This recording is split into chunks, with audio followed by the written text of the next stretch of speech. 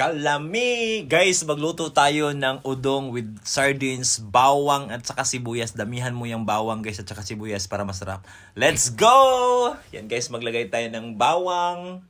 Tapos guys, maglagay tayo ng sibuyas. Yan, luto na siya guys. Ano pang hinintay natin? Maglagay na tayo ng 2 sardinas! Yung maanghang guys. Yung sardinas guys na tamad, yung senyorita, yung walang ginagawa, kundi maghintay na lang kung may luto. Yan si senyorita sardines.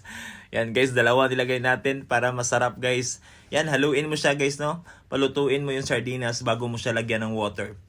Para mas malasa at mas masarap guys, matatanggal yung pinaka ng sardinas. Kailangan maluto siya guys ng mabuti bago mo siya lagyan ng water. Ganyan guys, haluin mo siya ng haluin para maluto siya.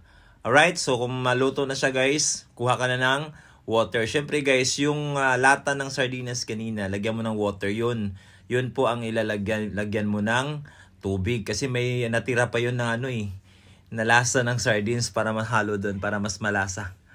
Alright, so yan guys, haluin mo lang siya ng haluin. Yan, lagyan mo pa ng water.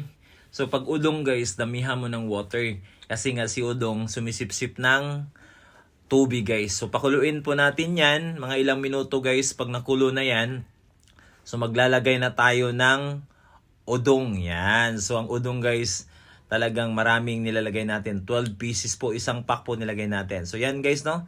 So inestimate natin, dinagdagan natin ng water para kung maluto siya guys, hindi na siya maubusan ng water. Yan guys, 12 pieces. 1, 2, yan, dami nating nilagay ha.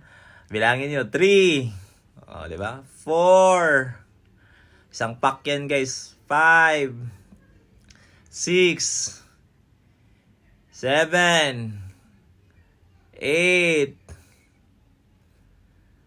9. 10. 11. Ano, sama pa yung plastic. 12. So 12 lahat yan guys. Isang pack ang nilagay natin guys. 2 sardines guys. Sobrang sarap nito guys. Yan, hintayin mo na lang dyan guys maluto, no?